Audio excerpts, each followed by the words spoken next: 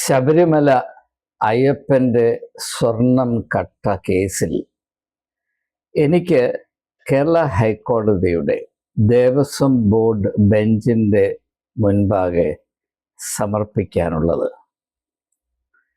പ്രത്യേകിച്ച് ഇത് കൈകാര്യം ചെയ്യുന്ന ബഹുമാനപ്പെട്ട ജഡ്ജിമാർക്ക് എൻ്റെ ആദരപുരസമായ ആദരവ് നിറഞ്ഞ വന്ദനം. ഒരു വെറും പൗരനായ എനിക്ക് ഹൈക്കോടതിയുടെ ഒരു ബെഞ്ചിൻ്റെ മുൻപിൽ ഏതെങ്കിലും വിധത്തിൽ എന്തെങ്കിലും സമർപ്പിക്കാൻ അവകാശമുണ്ടോ എന്ന ചോദ്യം ഉദിക്കാം. കാരണം നമ്മുടെ വ്യവസ്ഥിതിയിൽ വാദിഭാഗം പ്രതിഭാഗം വക്കീലുകളാണ് വാചക കസർത്ത് നടത്തുന്നത്. അവരങ്ങനെ ചെയ്യുമ്പോൾ അവർ ബഹുമാനപ്പെട്ട കോടതിയെ ഏത് സംഭവത്തെ പറ്റിയാണോ അവർ വാദിക്കുന്നത് അതിൻ്റെ സത്യം ബോധിപ്പിക്കാനുള്ള ശ്രമത്തിലാണ് എന്നതാണ് ഇതിൻ്റെ അടിസ്ഥാനമായ പ്രമാണം. എന്നാൽ സത്യം രണ്ട് കക്ഷികളിൽ മാത്രം ഒതുങ്ങി നിൽക്കുന്നതല്ല എന്ന് ആ വിഷയത്തെപ്പറ്റി അല്പം ചിന്തിച്ചിട്ടുള്ള ഏവർക്കും ഈ ലേബനും ബോധ്യമുള്ളത് കൊണ്ട് ഞാൻ എൻ്റെ പക്ഷം ഒരു യൂട്യൂബ് വീഡിയോയിൽ കൂടെ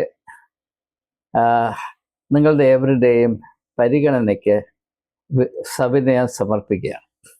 ഇത് പറയുമ്പോൾ പ്രസിദ്ധ ഫ്രഞ്ച് ചിന്തകനായിരുന്ന മോണ്ടസ്ക്യൂ പറഞ്ഞ ഒരു കാര്യം എൻ്റെ ഓർമ്മയിൽ വരുന്നുണ്ട്. അദ്ദേഹം പറയുന്നത്, നിയമം എന്ന് പറയുന്നത് ചില ആളുകൾ 4 ഭിത്തികൾക്കുള്ളിൽ ഇരുന്നു കൊണ്ട് അവരുടെ പ്രത്യേകമായ കഴിവുകൾ കൊണ്ട് നിർമ്മിക്കുന്ന നിബന്ധനകൾ അല്ല, പിന്നെയോ ഒരു രാജ്യത്തിൻ്റെ ഒരു സമൂഹത്തിൻ്റെ വ്യവസ്ഥിതികളുടെ ജീവിത ദർശനങ്ങളുടെ താല്പര്യങ്ങളുടെ സംസ്കാരത്തിൻ്റെ ആകെത്തുകയെ പ്രതിബിംബിക്കുന്ന വളരെ പ്രാധാന്യം അർഹിക്കുന്ന സൃഷ്ടികളാണ് നിയമങ്ങൾ എന്ന് പറയുന്നത്.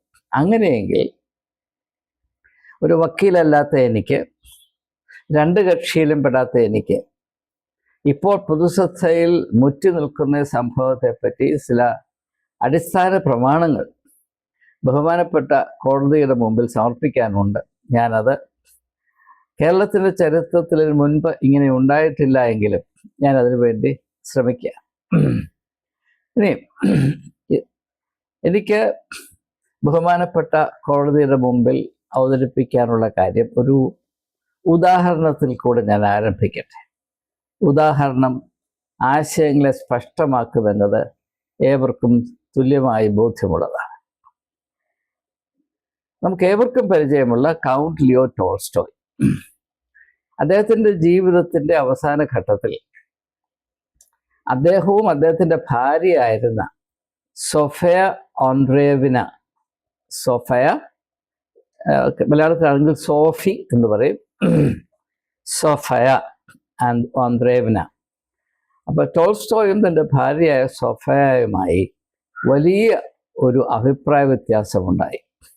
അത് പ്രത്യേകിച്ച് ടോൾസ്റ്റോയുടെ ജീവിതത്തെ നരകതുല്യമാക്കി. എന്തായിരുന്നു ആ അഭിപ്രായ വ്യത്യാസം? പ്രധാനമായും ഒരു കാര്യമായിരുന്നു, ടോൾസ്റ്റോയ് എഴുതിയ പുസ്തകങ്ങളുടെ റോയൽറ്റി റൈറ്റ്സ് ആർക്കായിരിക്കും? Who actually are the real owners of the royalty rights of all of Tolstoy's publications? അദ്ദേഹത്തിൻ്റെ ഭാര്യ പറഞ്ഞു, അത് ഞങ്ങളുടേതാണ്. ടോൾസ്റ്റോയ് പറഞ്ഞു, അങ്ങനെയല്ല, ഒരു സമൂഹത്തിൻ്റെതാണ്. വളരെ ശ്രദ്ധേയമാണ്. നാം പരിഗണിക്കുന്ന വിഷയത്തെ മനസ്സിലാക്കാൻ എൻ്റെ അറിവിൽ ഏറ്റവും സഹായിക്കുന്ന ഒരു ഉദാഹരണമാണിത്. ഒരു കുടുംബത്തിൻ്റെ ഉള്ളിൽ ഒരു വലിയ വിവാദം പൊട്ടിപ്പുറപ്പെടുകയാണ്. ഇത് കുടുംബ സ്വത്താണോ, ഇത് സമൂഹത്തിൻ്റെ ഒരു രാജ്യത്തിൻ്റെ സ്വത്താണോ? ടോൾസ്റ്റോയ് പറഞ്ഞു, ഇതൊരിക്കലും ഒരു കുടുംബ സ്വത്താകുകയില്ല. ഇങ്ങനെ ഒരു വിവാദം, ഇതുപോലെ ഈ വിവാദം മൂലമാണ് തൻ്റെ 83-ാമത്തെ വയസ്സിലാണെന്ന് എൻ്റെ ഓർമ്മ വീട് വിട്ട് ഇറങ്ങിപ്പോവുകയും ടോൾസ്റ്റോയ് അവസാനം മരിക്കുന്നത് സ്വന്തം വീട്ടിലല്ല, അന്യൻ്റെ വീട്ടിൽ കിടന്നാണ്. വിശദാംശങ്ങളിലേക്ക് ഞാൻ പോകുന്നില്ല. ഇങ്ങനെ ഒരു വിവാദം കേരളത്തിൻ്റെയോ ഭാരതത്തിലെ ഏതെങ്കിലും ഒരു സംസ്ഥാനത്തിൻ്റെയോ സാഹചര്യത്തിൽ ഉണ്ടാകുമെന്ന് ആരും കരുതുന്നില്ല. കാരണം നമ്മുടെ ചിന്ത നേരെ മറിച്ചാണ്. പൊതുസ്വത്ത് എങ്ങനെ സ്വകാര്യ സ്വത്താക്കാം, അതാണ് മിടുക്ക് എന്ന് വിചാരിക്കുന്ന ഒരവസ്ഥയിലാണ് നാം. അതിൻ്റെ പേരാണ് NPA എന്ന് പറയും, നോൺ പെർഫോമിംഗ് അസറ്റ്സ്.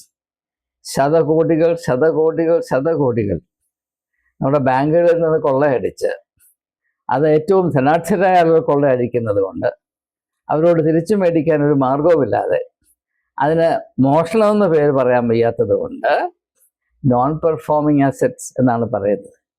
അപ്പം അയ്യപ്പൻ്റെ സ്വർണം കട്ടത് മോഷണമെന്ന് എങ്ങനെയാണ് പറയുന്നത്? നോൺ പെർഫോമിംഗ് ഗോൾഡ് എന്ന് പറഞ്ഞാൽ പോരെ. പോട്ടെ, ഞാൻ ആ വിഷയം കൂടുതലായി പ്രതിപാദിക്കുന്നില്ല. ഇത് നാം മുൻപോട്ട് പോകുമ്പോൾ ഇതേ തത്വം നമുക്ക് ശബരിമല കൊള്ളയിലും കാണാൻ കഴിയും. അവിടെ സംഭവിച്ചത് എന്താണ്? അയ്യപ്പൻ്റെ സ്വർണം, അയ്യപ്പൻ്റെ തന്നെ സ്വർണമാണോ എന്ന വിഷയത്തെപ്പറ്റി എനിക്ക് ചില കാര്യങ്ങൾ ബഹുമാനപ്പെട്ട കോടതിയുടെ സമക്ഷം സമർപ്പിക്കാനുണ്ട്. അത് ഞാൻ ഈ വീഡിയോയുടെ ഭാഗമായി തന്നെ സമർപ്പിക്കും. അയ്യപ്പൻ്റെ സ്വർണം ചില ആളുകളുടെ സ്വകാര്യ സ്വത്തായി മാറി. അതാണ് അവിടെ സംഭവിച്ചത്, മറ്റൊന്നും സംഭവിച്ചില്ല. അയ്യപ്പൻ്റെ സ്വത്ത്, ഇപ്പം രാജ്യത്തിൻ്റെ സ്വത്ത് ചില ആളുകളുടെ സ്വകാര്യ സ്വത്തായി മാറുന്നത് പോലെ public wealth becoming private wealth, എൻ്റെ പേര് നോൺ പെർഫോമിംഗ് ആസറ്റ്സ് എന്നാണ്. അത് തന്നെയാണ് ഇവിടെ സംഭവിച്ചത്. അയ്യപ്പൻ്റെ സ്വർണം ചില വ്യക്തികളുടെ, അതിന് അധികാരമുണ്ടായിരുന്ന, അതിന് അവസരമുണ്ടായിരുന്ന, അതിന് തക്കതായ തൊലിക്കെട്ടിയും മനക്കെട്ടിയും ഉണ്ടായിരുന്ന ചില ആളുകളുടെ സ്വകാര്യ സ്വത്തായി മാറി. പിന്നെ അയ്യപ്പൻ്റെ തന്നെയാണോ ഈ സ്വർണമെന്നത് നാം ചിന്തിക്കേണ്ട കാര്യം തന്നെയാണ്. എനിക്ക് ബഹുമാനപ്പെട്ട കോടതിയുടെ മുമ്പിൽ സാധനം സമർപ്പിക്കാനുള്ളത്, ദേവസ്വം ബോർഡിൻ്റെ നിയമനങ്ങൾ രാഷ്ട്രീയ സ്വഭാവമുള്ളതാകുവാൻ മാത്രം വഴിയൊരുക്കുന്ന ഒരു വ്യവസ്ഥിതി നിലനിൽക്കെ അവിടെ എങ്ങനെയാണ് സത്യസന്ധമായ എല്ലാ കാര്യങ്ങളും നടക്കണമെന്ന് നിർബന്ധിക്കാൻ സാധിക്കും? ഏത് വിധേനയും ഏത് തോതിലും കള്ളവും മോഷണവും വഞ്ചനയും നടത്താനുള്ള സാഹചര്യങ്ങൾ കടന്നു വരാൻ സാധ്യമാകുന്നൊരു വ്യവസ്ഥ സൃഷ്ടിച്ച് അതിനകത്ത് കള്ളന്മാർ കയറി മോഷ്ടിക്കുന്നേ എന്ന് പറയുന്നതിൽ എന്തെങ്കിലും അർത്ഥമുണ്ടോ? ഞാൻ പറഞ്ഞത് മറ്റൊന്നുമല്ല. കള്ളന്മാരെ പിടിക്കരുതെന്നോ ശിക്ഷിക്കരുതെന്നോ നിയമം അവരുടെ നേൽ കൈ ഉയർത്തരുതോ ഒന്നുമല്ല ഞാൻ പറയുന്നത്. നിലവിലിരിക്കുന്ന വ്യവസ്ഥിതി അതിനെ വളരെ വ്യക്തമായി ഒന്ന് പുനഃപരിശോധിക്കേണ്ട ആവശ്യമുണ്ട്. അതിലേക്ക് ഈ ഒരു സംഭവം വിരൽ ചൂണ്ടുന്നുണ്ട്. പക്ഷെ നിയമത്തെ പലപ്പോഴും അതിൻ്റെ പരിമിതമായ സാധ്യതയിലാണ് കോടതികൾ കാണാറുള്ളത്.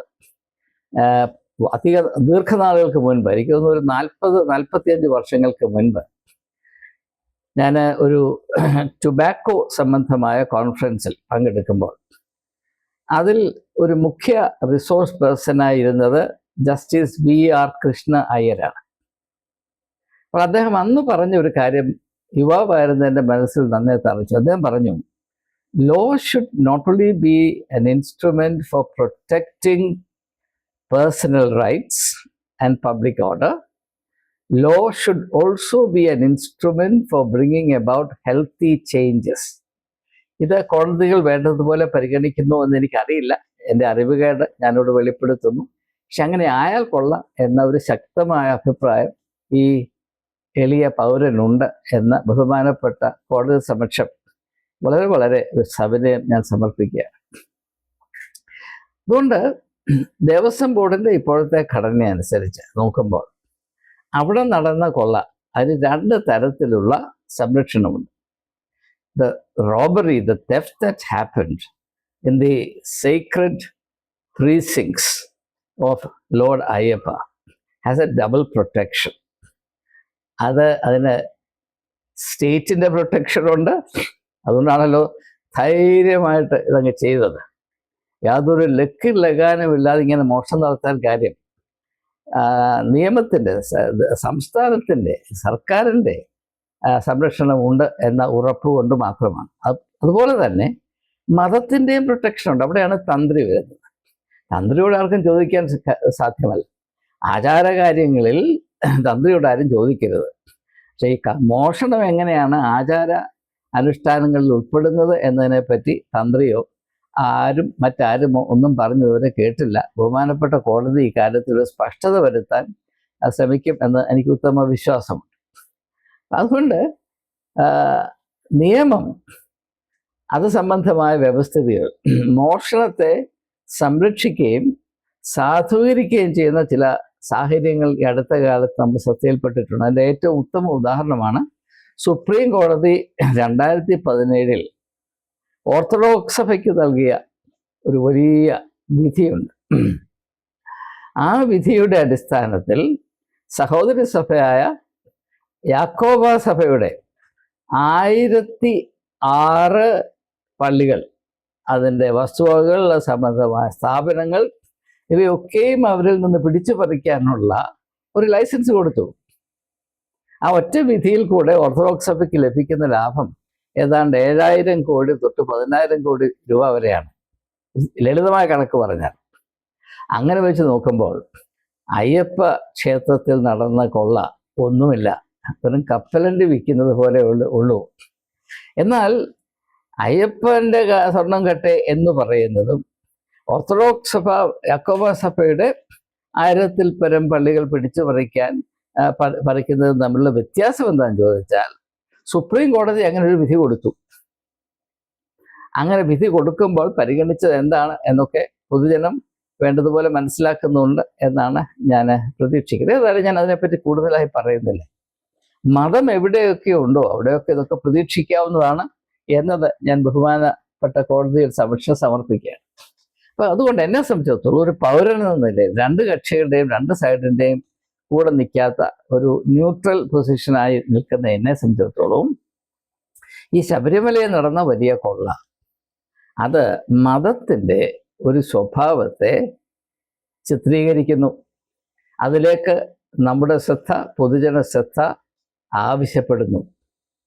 അത് ബഹുമാനപ്പെട്ട കോടതി മനസ്സിലാക്കുകയും പരിഗണിക്കുകയും ചെയ്യണമെന്ന് ഈ ഉള്ളവൻ വിനീതമായി അഭ്യർത്ഥിക്കുന്നു.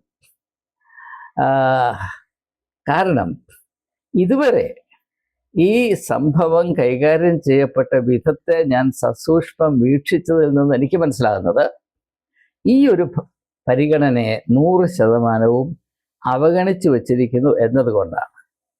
അതുകൊണ്ടാണ് ഇങ്ങനൊരു വീഡിയോയിൽ കൂടെയെങ്കിലും ചില കാര്യങ്ങൾ ബഹുമാനപ്പെട്ട കോടതിയുടെ മുമ്പിൽ സമർപ്പിക്കാൻ എനിക്കൊരു കടമയുണ്ട് എന്ന് തോന്നുകയും ഞാൻ ആ കടമ ഇതിൽ കൂടെ നിർവഹിക്കുകയും ചെയ്യും.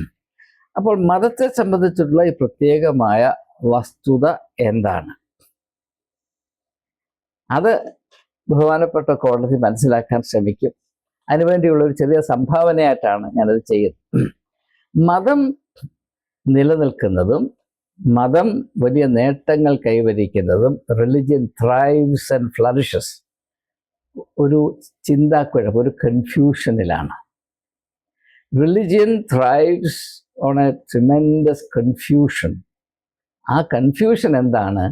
ആ ചിന്താക്കുഴപ്പം എന്താണ്?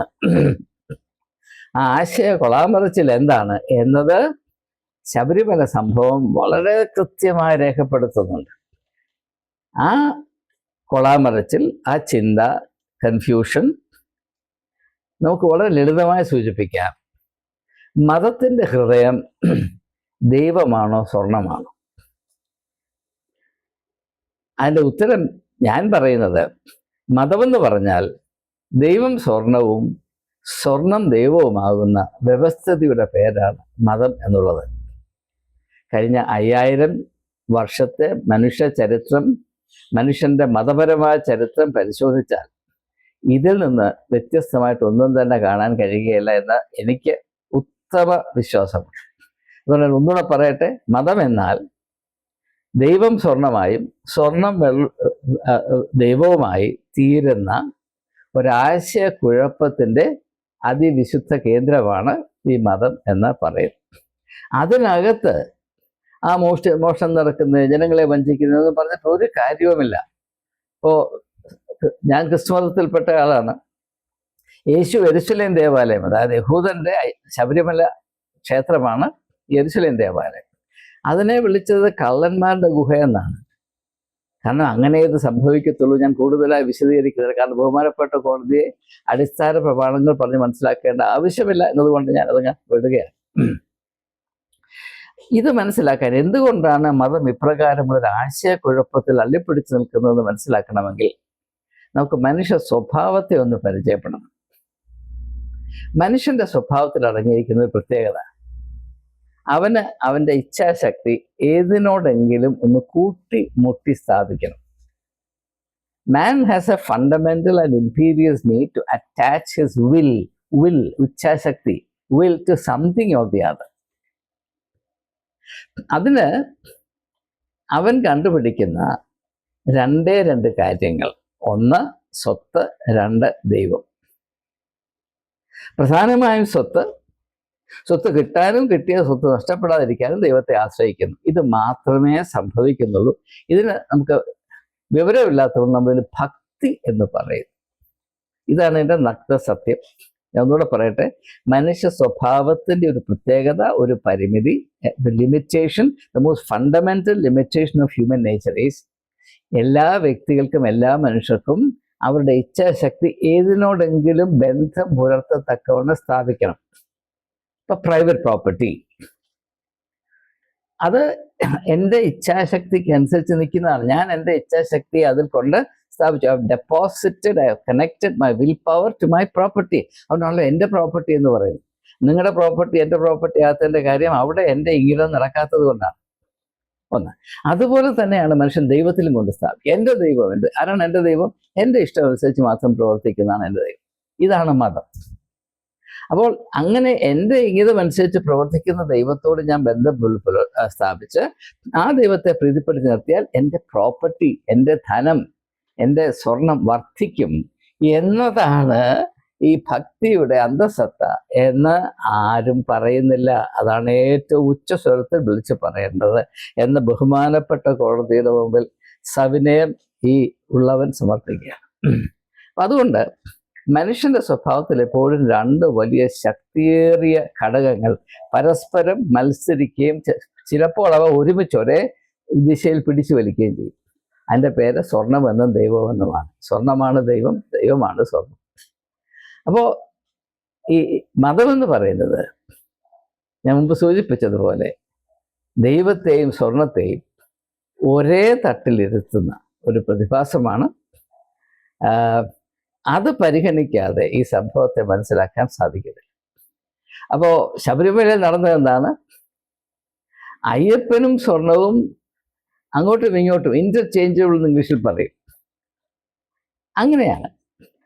ഇപ്പം ഞങ്ങൾ അയ്യപ്പനെ സംരക്ഷിക്കാൻ വന്നു എന്ന് പറയുമ്പോൾ അയ്യപ്പൻ്റെ സ്വർണം ഞങ്ങളുടെ വീട്ടിൽ കൊണ്ടുവച്ചാൽ അവിടെ ഞങ്ങൾ സംരക്ഷിക്കുകയാണ് എന്ന് വേണമെങ്കിൽ പറയാം. അപ്പം അതുകൊണ്ട് നമുക്ക്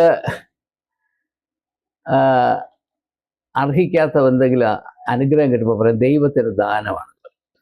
ഒരു കാറ് വാങ്ങിച്ചിട്ട് ബാങ്കിൽ നിന്നൊക്കെ ലോണൊക്കെ എടുത്ത് ഒരു കാറ് വാങ്ങിച്ചതിൻ്റെ പുറകിൽ എഴുതി വെക്കും ഗോഡ്സ് ഗിഫ്റ്റ്. കാരണം ഇതെൻ്റെ കാറാണെന്ന് എൻ്റെ അർത്ഥം. ഇതെൻ്റെ കാറാണെന്ന് മാത്രമേ അർത്ഥമുള്ളൂ. ഗോഡ്സ് ഗിഫ്റ്റ് എന്ന് പറഞ്ഞാൽ ദൈവത്തിന് എന്നോട് പ്രത്യേകമായ പ്രസാദമുണ്ട്. ആ പ്രസാദം ഈ ഒരു രൂപവിധ എടുത്തിരിക്കുന്നു. അമൂർത്തമാണ് ദൈവപ്രസാദവിധ, മൂർത്തമായ എൻ്റെ കാറായി മാറിയിരിക്കുന്നു. ഒരു ലോട്ടറി അടിച്ചു, ദൈവത്തിന് സ്തോത്രം. അർത്ഥം ഇത് മാത്രമേ ഉള്ളൂ. ഇത് മനസ്സിലാക്കാതെ മതത്തിൻ്റെ സ്വഭാവം ആർക്കും മനസ്സിലാക്കാൻ. അപ്പം മനുഷ്യ സ്വഭാവത്തിൻ്റെ ഒരു നൈസർഗികമായ പ്രവണതയാണ് സ്വർണത്തോടുള്ള ആസക്തി. സ്വർണം എന്ന് പറഞ്ഞാൽ സ്വത്തിൻ്റെ പര്യായമാണ് സ്വർണം. ഇത് മതത്തിൽ എപ്രകാരം പ്രവർത്തിക്കുമെന്നത് ഏറ്റവും സമൃദ്ധമായി ചിത്രീകരിച്ചിരിക്കുന്നത് വേദപുസ്തകത്തിൽ യൂദാസിൻ്റെ അനുഭവത്തിൽ കൂടെയാണ്. ദൈവത്തെ സ്വർണമാക്കി മാറ്റിയ വലിയൊരു മഹാനാണ് യൂദാസ്. അതുകൊണ്ടാണ് അന്ന് സ്വർണത്തിന് പകരം വെള്ളി എന്ന് വിചാരിച്ചാൽ മതി. 30 വെള്ളിക്കാശിന് യേശുവിനെ വിറ്റു എന്ന് പറഞ്ഞ അർത്ഥം എന്താണ്? യേശുവിനെ വെള്ളിയാക്കി, വെള്ളിയെ ദൈവമാക്കി എന്നതിന് അർത്ഥമുള്ളൂ.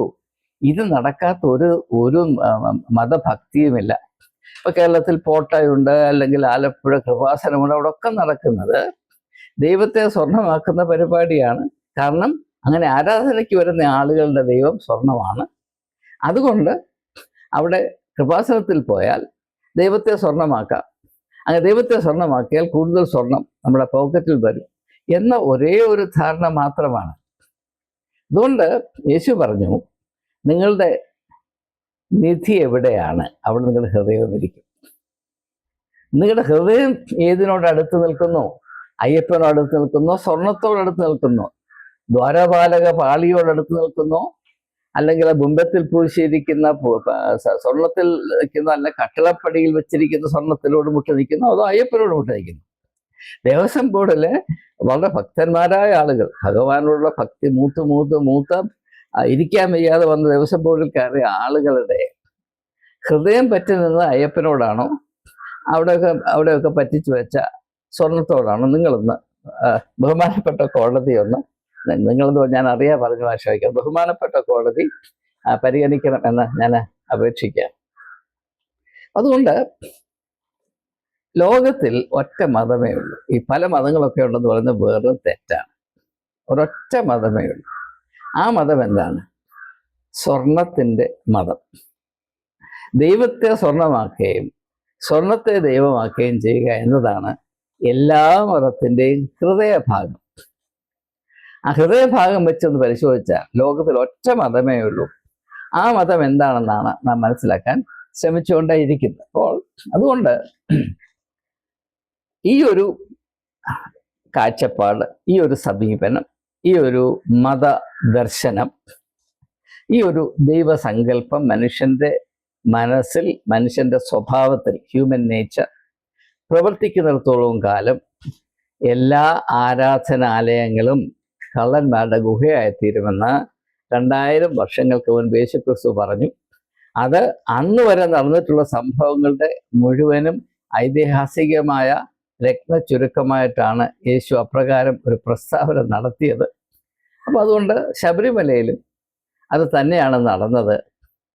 അതിൻ്റെ ഏറ്റവും ശ്രദ്ധേയമായ ആവിഷ്കാരമാണ്, പ്രകടനമാണ്, സൂചനയാണ് തന്ത്രി ഇപ്പോൾ നിലവിലിരിക്കുന്ന ആരോപണം അനുസരിച്ച്, എനിക്കറിയില്ല അതാണോ വാസ്തവം, തന്ത്രി കള്ളനായി എന്ന് പറഞ്ഞാൽ എല്ലാം അതിനകത്തുണ്ട്. അങ്ങനെ തന്ത്രി കള്ളനാകത്തക്കവണ്ണമുള്ള ഒരു സാഹചര്യം അനുവദിക്കുന്ന ഒരു വ്യവസ്ഥിതി നിലവിലിരിക്കെ അദ്ദേഹത്തെ മാത്രം കുറ്റം പറയാൻ ഒക്കുമോ? ഇതാണ് ബഹുമാനപ്പെട്ട കോടതിയുടെ മുമ്പിൽ എനിക്ക് സമർപ്പിക്കാം. അപ്പം അതുകൊണ്ട് അയ്യപ്പൻ്റെ സ്വർണം മോഷ്ടിച്ചവരെ പിടിച്ച് വലിയ ശിക്ഷ അവർക്ക് കൊടുത്തു എന്നതുകൊണ്ട് ഈ പ്രശ്നം അതിൻ്റെ പരിഹാരം കണ്ടെത്തുകയില്ല. അതിനേക്കാൾ അടിസ്ഥാനപരമായ ചില കടമകൾ ഇതിൽ അടങ്ങിയിട്ടുണ്ട്. ബഹുമാനപ്പെട്ട കോടതിയുടെ ശ്രദ്ധ മുഖ്യമായും അവിടെ ആയിരിക്കണമെന്ന ഒരു എളിയ അഭിപ്രായം ഈ ഉള്ളവനുണ്ട്. എന്നാൽ അതേസമയം മോഷ്ടിച്ചവരെ ശിക്ഷിക്കരുതെന്നൊന്നും ഒരഭിപ്രായം എനിക്കില്ല. പക്ഷേ ഇനിയും മോഷണം വരാതിരിക്കത്തക്കവണ്ണം ദൈവത്തോടുള്ള ഭക്തിയിൽ ആളുകൾ വന്ന് അവർ കള്ളന്മാരായി തീരാതിരിക്കത്തക്കവണ്ണം, തന്ത്രി പോലും കള്ളനായി തീരാതിരിക്കത്തക്കവണ്ണമുള്ള ഒരു ക്രമീകരണം, ഒരു സംവിധാന പരിഷ്കരണം, റിഫോം ഓഫ് ദ സിസ്റ്റം ഇവിടെ ആവശ്യമാണ്. ആ ഒരു വലിയ അത്യാവശ്യം ബഹുമാനപ്പെട്ട കോടതി പരിഗണിക്കണമേ എന്ന ഒരു വലിയ അഭിപ്രായം പ്രധാനമായും അടിവരയിട്ട് ബഹുമാനപ്പെട്ട കോടതിയുടെ മുമ്പിൽ സമർപ്പിക്കാനാണ് ഈ വീഡിയോ ഞാൻ ചെയ്യുന്നത്. അപ്പോൾ നമുക്ക് ചോദിക്കാം, ഞാൻ മുമ്പേ പറഞ്ഞല്ലോ, അയ്യപ്പൻ്റെ സ്വർണം കട്ടുമെന്നാണല്ലോ പറയുന്നത്. അങ്ങനെ പറയുമ്പോൾ അതിൻ്റെ അർത്ഥം എന്താണ്? അയ്യപ്പൻ്റെ സ്വർണമെന്ന് പറയുമ്പോൾ നാം എന്താണ് അതുകൊണ്ട് ഉദ്ദേശിക്കുന്നത്? നമ്മൾ പലപ്പോഴും പൊതുസ്ഥലത്ത് കാര്യങ്ങൾ പറയുമ്പോൾ ചിന്തിക്കാതെയാണ് പറയുന്നത്. നമ്മൾ എന്താണ് പറയുന്നത് എന്നതിനെ പറ്റി വേണ്ട വിചാരം, വീണ്ടും വിചാരമില്ലാതെയാണ് നാം സംസാരിക്കുന്നത്. അയ്യപ്പൻ്റെ സ്വർണം എന്ന് പറഞ്ഞ അർത്ഥം എന്താണ്? ഇപ്പം ബഹുമാനപ്പെട്ട കോടതി, ഇപ്പം ഞാൻ സാധാരണ മനുഷ്യരെ അഭിമുഖീകരിച്ചാണ് ഈ വീഡിയോ ചെയ്യുന്നതെങ്കിൽ ഞാനിത് പറയില്ല. ബഹുമാനപ്പെട്ട കോടതി മുമ്പിൽ എനിക്ക് പറയാൻ കഴിയും, സ്വന്തം എന്ന് പറയുന്നത് ഒരു വ്യക്തി എന്തിനെയെങ്കിലും സ്വന്തം എന്ന് പറയുമ്പോൾ അത് എൻ്റെ ഭാര്യയാണ്, അല്ലെങ്കിൽ അതെൻ്റെ മക്കളാണ്, അത് എൻ്റെ വസ്തുവാണ്, അതെൻ്റെ വീടാണ് എന്ന് ഞാൻ പറയുമ്പോൾ എൻ്റെ അർത്ഥം എന്താണ്? ഞാൻ എൻ്റെ ഹൃദയം, എൻ്റെ ഇച്ഛാശക്തി അതിൽ പൂർണ്ണമായും സ്ഥാപിച്ചിരിക്കുന്നു. ഞാൻ അതിനോട് താതാത്മ്യം പ്രാപിച്ചിരിക്കുന്നു. I have connected my will in a special way to my wife, to my children, my property, even my cattle. അതെൻ്റെ പശുവാണ് എന്ന് പറഞ്ഞാലും അത് തന്നെയാണ് കാര്യം. അപ്പം അയ്യപ്പൻ്റെ സ്വർണം എന്ന് പറയണമെങ്കിൽ അയ്യപ്പൻ്റെ ഹൃദയം സ്വർണത്തിൻ്റെ മേലാണ് എന്ന ഒരർത്ഥമില്ലാതെ ഇങ്ങനെ ഒരു പദപ്രയോഗം നടത്താൻ സാധിക്കും. ഞാനൊരു ഭാഷാ അധ്യാപകനാണ്, അതുകൊണ്ടാണ് നിങ്ങളുടെ കാര്യങ്ങൾ എന്നെ വളരെയധികം വിഷമിപ്പിക്കുന്നത്. അയ്യപ്പൻ്റെ സ്വർണമെന്ന് എങ്ങനെ പറയാൻ കഴിയും? ഒന്നാമത് ഈ സ്വർണം വന്നത് വിജയമാല്യയിൽ നിന്നാണ്. അത് തൊണ്ടി മുതലാണ്, മോഷ്ടിച്ച മുതലാണ്. ഭാരതത്തിലെ അനേക ബാങ്കുകളിൽ നിന്ന് ശതകോടികൾ മോഷ്ടിച്ച് അതിൻ്റെ ഒരു ഭാഗമാണ് ശബരിമലയിൽ കൊണ്ടുവച്ചത്. അത് ഒന്നാമത് അങ്ങനെ ഒരു കാര്യം കൊണ്ടുവച്ചാൽ അയ്യപ്പന് ദൈവസ്ഥാനം കൊടുക്കുമ്പോൾ അയ്യപ്പൻ്റെ സ്വർണമാണെന്ന് പറയുമ്പോൾ അയ്യപ്പനെ അപമാനിക്കുകയല്ലോ ചെയ്യുന്നു. ഒന്ന്, അയ്യപ്പനോട് കാണിക്കുന്ന രണ്ടാമത്തെ അപമാനം എന്താണ്? അയ്യപ്പൻ്റെ ഹൃദയം സ്വർണത്തിൻ്റെ മേലാണ് എന്ന് എങ്ങനെ പറയാൻ കഴിയും? എനിക്ക് മനസ്സിലാക്കില്ല. ഉദാഹരണം പറഞ്ഞാൽ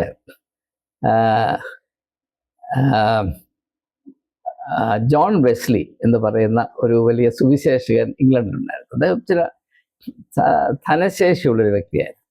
ഒരിക്കൽ അദ്ദേഹം ഇങ്ങനെ സുവിശേഷ വരെയൊക്കെ തിരിച്ചു വന്നപ്പോൾ അദ്ദേഹത്തിൻ്റെ മാളിക തീ പിടിച്ച് കത്തി എരിയുന്നതായിട്ട്. അപ്പോൾ എല്ലാവരും വിചാരിച്ചു ഇദ്ദേഹം വാർത്തടിച്ച് നിലവിളിക്കും, കരയും, ദൈവത്തെ ശപിക്കും എന്നൊക്കെ വിചാരിച്ചു. പക്ഷെ അദ്ദേഹം പറഞ്ഞു, God's house is on fire, one headache less for me. ദൈവത്തിൻ്റെ വീട് ഇതാ കത്തുന്നു, എനിക്കൊരു തലവേദന ഒഴിഞ്ഞു കിട്ടി എന്ന് പറഞ്ഞു. അങ്ങനെ ഒരു കാഴ്ചപ്പാടുണ്ടാകണം. അല്ലാതെ അയ്യപ്പൻ്റെ ഹൃദയം സ്വർണത്തിന്മേൽ ആണ് എന്ന് പറയുമ്പോൾ അത് അയ്യപ്പനെ അപമാനിക്കുകയാണ് എന്ന് തിരിച്ചറിയാനുള്ള അടിസ്ഥാന ബോധമെങ്കിലും നമ്മുടെ സമൂഹത്തിൽ ഉണ്ടാകത്തക്കവണ്ണം ബഹുമാനപ്പെട്ട കോടതി ഈ ഒരു കേസ്, സുപ്രധാനമായ കേസ് കൈകാര്യം ചെയ്യണമെന്ന് ഈ ഉള്ളവൻ വളരെ വിനീതമായി അപേക്ഷിക്കുകയാണ്. ഇനി നോക്കുമ്പോൾ ഒരു വ്യക്തിയെ സംബന്ധിച്ചിടത്തോളം, ഞാനിതുകൂടെ പറഞ്ഞ് അവസാനിപ്പിക്കാൻ പറയുകയാണ്, ഒരു വ്യക്തിയെ സംബന്ധിച്ചിടത്തോളം അവൻ്റെ എല്ലാം അവനിൽ നിന്ന് പിടിച്ചു മാറ്റിയാൽ അവനിൽ നിന്ന് ആർക്കും പിടിച്ചു മാറ്റാൻ വയ്യാത്ത ഒരു വലിയ നിധിയുണ്ട് എന്ന് യേശു പറഞ്ഞത് ഈ സമയത്ത് ഞാൻ ഓർക്കുകയാണ്. യേശു മനുഷ്യൻ്റെ സ്വത്തിനെ രണ്ടായി തിരിക്കുന്നു. അത് ഈ ഒരു സംഭവത്തോട് വളരെ അടുത്ത് നിൽക്കുന്നതാണ്, വളരെ അർത്ഥവത്തായി ചേർന്ന് നിൽക്കുന്നത് കൊണ്ട് ഞാനൊന്ന് ഓർമ്മിച്ചു പോകുകയാണ്. യേശു പറഞ്ഞു, ഈ ലോകത്തിലുള്ള സ്വത്ത് എന്തായാലും, സ്വർണമായാലും വെള്ളിയായാലും വസ്തുവാണെങ്കിലും ക്രിസ്തുവാണെങ്കിലും എന്തുമായാലും അത് നശ്വരമാണ്. അത് പറയാത്ത ഒരു മതവും ലോകത്തില്ല, പ്രത്യേകിച്ച് ഹിന്ദു മതം. ഇത് കാണുന്നത് മുഴുവനും മായയാണ്. ഇതിനോട് നിങ്ങളുടെ ഹൃദയം ചേർക്കരുത്, നിങ്ങൾ എന്തെങ്കിലും അധ്വാനിക്കുമ്പോൾ നിഷ്കാമ കർമ്മമായിരിക്കണം എന്നൊക്കെ പഠിപ്പിക്കുന്ന ഒരു വലിയ മഹനീയമായ ഒരു ആത്മീയ ദർശനം. അതിൻ്റെ മധ്യത്തിലാണ് ഇത് കാണിക്കുന്നത്. അവിടെ എഴുതിയിട്ടുണ്ട് തത്വമസി. അപ്പം നീയും ഞാനും ഒന്നാണ്, കള്ളനും ഭഗവാനും ഒക്കെ എല്ലാം ഒന്നാണ് എന്നൊരു ദർശനം ഇതിനകത്തുള്ളൂ. പക്ഷെ അതല്ല എൻ്റെ വിഷയം, അതല്ല. അപ്പോൾ മനുഷ്യരെ സംബന്ധിച്ചിടത്തോളം അവൻ്റെ സ്വത്ത്, അവൻ്റെ ഭാര്യ, അവൻ്റെ മക്കൾ, അവൻ്റെ വസ്തുവകളെല്ലാം ആർക്ക് വേണമെങ്കിലും ബലം പ്രയോഗിച്ച് പിടിച്ചു പറിച്ചുകൊണ്ട് പോകാം, വേണേൽ മോഷിച്ചു കൊണ്ടുപോകാം. അവിടൊക്കെ എന്തെങ്കിലുമൊക്കെ ഞങ്ങൾക്ക് നടക്കുന്നത് ഇഷ്ടംപോലെ നടക്കുന്നു. ദളിതന്മാരുടെ അവസ്ഥ അങ്ങനെയാണ്. അവർക്ക് വലിയ സംരക്ഷണമൊന്നുമല്ല, അതെല്ലാവർക്കും അറിയാവുന്ന കാര്യമാണ്. കാരണം ദളിതന്മാരായ ആളുകൾക്ക്, ഈ താണശ്രേണിയിൽപ്പെട്ട ആളുകൾക്ക് പ്രത്യേകിച്ച് മനുഷ്യാവകാശമൊന്നും ആവശ്യമില്ല എന്നൊരു ധാരണയാണ് പൊതുവെ നമ്മുടെ സമൂഹത്തിൽ നിൽക്കുന്നത്. അതുകൊണ്ട് അങ്ങനെയൊക്കെ സംഭവിക്കും, നടക്കട്ടെ, കുഴപ്പമില്ല. എന്നാൽ ഒരു വ്യക്തിയിൽ നിന്നും, ദളിതന്മാരിൽ നിന്ന് പോലും ആർക്കും പിടിച്ചു പറിച്ചു കൊണ്ടുപോകാൻ കഴിയാത്തൊരു കാര്യമുണ്ട്. എന്താണെന്നറിയാം? അവൻ്റെ ഉള്ളിലെ സമ്പത്ത്, അവൻ്റെ സത്യസന്ധത, അവൻ്റെ ആത്മവിശ്വാസം, അവൻ്റെ അന്തസത്ത, അവൻ്റെ ഉള്ളിലെ പരിശുദ്ധി, അവൻ്റെ ഉള്ളിലെ വീര്യം, അത് ആർക്കും അവൻ്റെ നിന്ന് പിടിച്ചു പറിക്കാൻ സാധ്യമല്ല. അതിനോടായിരിക്കണം മനുഷ്യൻ ബന്ധം പുലർത്തേണ്ടത്, ആത്മാർത്ഥത കാണിക്കേണ്ടത്. അത് മനുഷ്യനെ പറ്റിയുള്ള നിയമമായിരിക്കെ പിന്നെയാണ് ദൈവത്തിൻ്റെ ഹൃദയം സ്വർണത്തിന്മേലാണെന്ന് പറയുന്നത്. ഈ സ്വർണം ഒഴിഞ്ഞു കിട്ടിയാൽ എനിക്ക് നല്ലതാണെന്നല്ല അയ്യപ്പൻ പറയുന്നത്. മോഷ്ടിച്ചു കൊണ്ടുവന്ന് വെച്ച ഈ സ്വർണം ഒന്ന് മാറ്റി കിട്ടിയേ എന്ന് പറഞ്ഞ് അയ്യപ്പൻ ആശ്വാസം അനുഭവിക്കുകയല്ലേ വേണ്ടത്. അപ്പോൾ ഇങ്ങനെയുള്ള കാര്യങ്ങൾ എന്തുകൊണ്ടോ മനുഷ്യൻ യുക്തിസഹിതം, മതമെന്ന് പറഞ്ഞാൽ അന്നേരം തലച്ചോറ് കുട്ടിച്ചോറായി പോകുന്ന അവസ്ഥയിൽ നമുക്കൊരു വിടുതലുണ്ടാകണം. അതിന് തക്കതായി ബഹുമാനപ്പെട്ട കോടതി ഈ ഒരു പ്രശ്നം കൈകാര്യം ചെയ്യണം. അതുകൊണ്ട് ശബരിമലയിൽ നടന്ന ഈ വൻ കൊള്ളയുടെ ഏറ്റവും ശ്രദ്ധേയമായ ഭാഗമായി എനിക്ക് മനസ്സിലാക്കാൻ സാധിക്കുന്നത്, ഇവിടെ തന്ത്രിയും രാഷ്ട്രീയക്കാരും തമ്മിലുള്ള ഒരു പങ്കാളിത്തമാണ്. എ കൊളാബറേഷൻ ബിറ്റ്വീൻ ദ തന്ത്രി ആൻഡ് മന്ത്രി. ഇതാണ് എൻ്റെ ഹൃദയഭാഗം. അത് വേണ്ടതുപോലെ വെളിയിൽ വരുമോ നമുക്കറിയില്ല. പക്ഷെ അത് വന്നാലും ഞാൻ ആവർത്തിച്ച് എൻ്റെ സർവ്വശക്തി ഉപയോഗിച്ച് പറയുന്നു, ഇതിലെ എല്ലാ കള്ളന്മാരെയും പിടിച്ചാലും മനുഷ്യരെ കള്ളന്മാരാക്കുന്ന ഈ സംവിധാനത്തിന് വേണ്ടതുപോലെയുള്ള അത് അർഹിക്കുന്ന ഒരു മാറ്റം, ഒരു പരിഷ്കാരം, ഒരു ഉദ്ധാരണം സംഭവിക്കുന്നില്ല എങ്കിൽ കള്ളന്മാരെ പിടിക്കാൻ മാത്രമേ നമുക്ക് സമയം ഉണ്ടാകത്തുള്ളൂ. അയ്യപ്പന് ഉറങ്ങാനൊക്കത്തില്ല. അയ്യപ്പൻ്റെ സ്വർണം ഇങ്ങനെ മോഷ്ടിച്ചുകൊണ്ടേയിരിക്കും. ആ ഒരു അധപ്പതിച്ച നികൃഷ്ടമായ അവസ്ഥ കേരളത്തിൽ ആവർത്തിക്കപ്പെടാതിരിക്കത്തക്കവണ്ണം ഈ സംഭവത്തെ, അത് ചൂണ്ടിക്കാണിക്കുന്ന യാഥാർത്ഥ്യങ്ങളെ പരിപൂർണമായി കണക്കിലെടുത്തുകൊണ്ട് ഒരു സമൂലമായ പരിവർത്തനത്തിൻ്റെ ആവശ്യം ഇതിൽ ഉണ്ട് എന്ന് ബഹുമാനപ്പെട്ട കോടതിയെ അഭിപ്രായപ്പെടുകയും അതിന് തക്കതായ നിയമനിർമ്മാണത്തിൽ കൂടെ മേൽത്തരമായ ഒരു മാനേജ്മെൻറ്റ് സിസ്റ്റം, കാര്യവിചാരകത്വത്തിൻ്റെ ഒരു സംവിധാനം, അത് ശബരിമലയിൽ മാത്രമല്ല മതത്തിൽ മുഴുവനും കൊണ്ടുവരണം. ഇത്തരുണത്തിൽ ചർച്ച് ബില്ലിനെ പറ്റി പറയാതിരിക്കാൻ നിവൃത്തിയില്ല. ജസ്റ്റിസ് വി ആർ കൃഷ്ണൻ്റെ നേതൃത്വത്തിലാണ് ചർച്ച് ബിൽ എന്ന ആശയം കേരളത്തിൽ ഉളവായത്. അത് അതിൽ തന്നെ പ്രത്യേകതയുള്ളതാണ്. ഞാൻ ജസ്റ്റിസ് കൃഷ്ണയോട് വളരെ ബഹുമാനം പ്രകടിപ്പിച്ച ഒരു സംഭവം ഇത് തന്നെയാണ്. അദ്ദേഹത്തെ ബഹുമാനത്തോടെ ഓർക്കുന്ന കാര്യം ഇത് തന്നെയാണ്. എന്നാൽ അതിനെ ശക്തമായിട്ട് എതിർത്തവരാണ് ബിഷപ്പന്മാരാണ്. കാരണം ഞങ്ങളുടെ തന്ത്രിമാരാണേ അയാൾക്കല്പം മോഷ്ടിച്ചേ അടങ്ങൂ. ഞാൻ കേരള മുഖ്യമന്ത്രിക്ക് എഴുതിയതാണ്, ചർച്ച് ബില്ല് നടപ്പാക്കാൻ ദയവായി ശ്രമിക്കണം. അദ്ദേഹം പറഞ്ഞു ഇപ്പോൾ ഒക്കത്തില്ല, ഇപ്പം പരിഗണിക്കുന്നില്ല എന്നാണ്. കാരണം തന്ത്രിയും മന്ത്രിയും ഒന്നാണ്. ബഹുമാനപ്പെട്ട കോടതി സമക്ഷം വേദനാപുരസരം ഈ ഉള്ളവൻ സമർപ്പിക്കുന്നത്. നമസ്കാരം.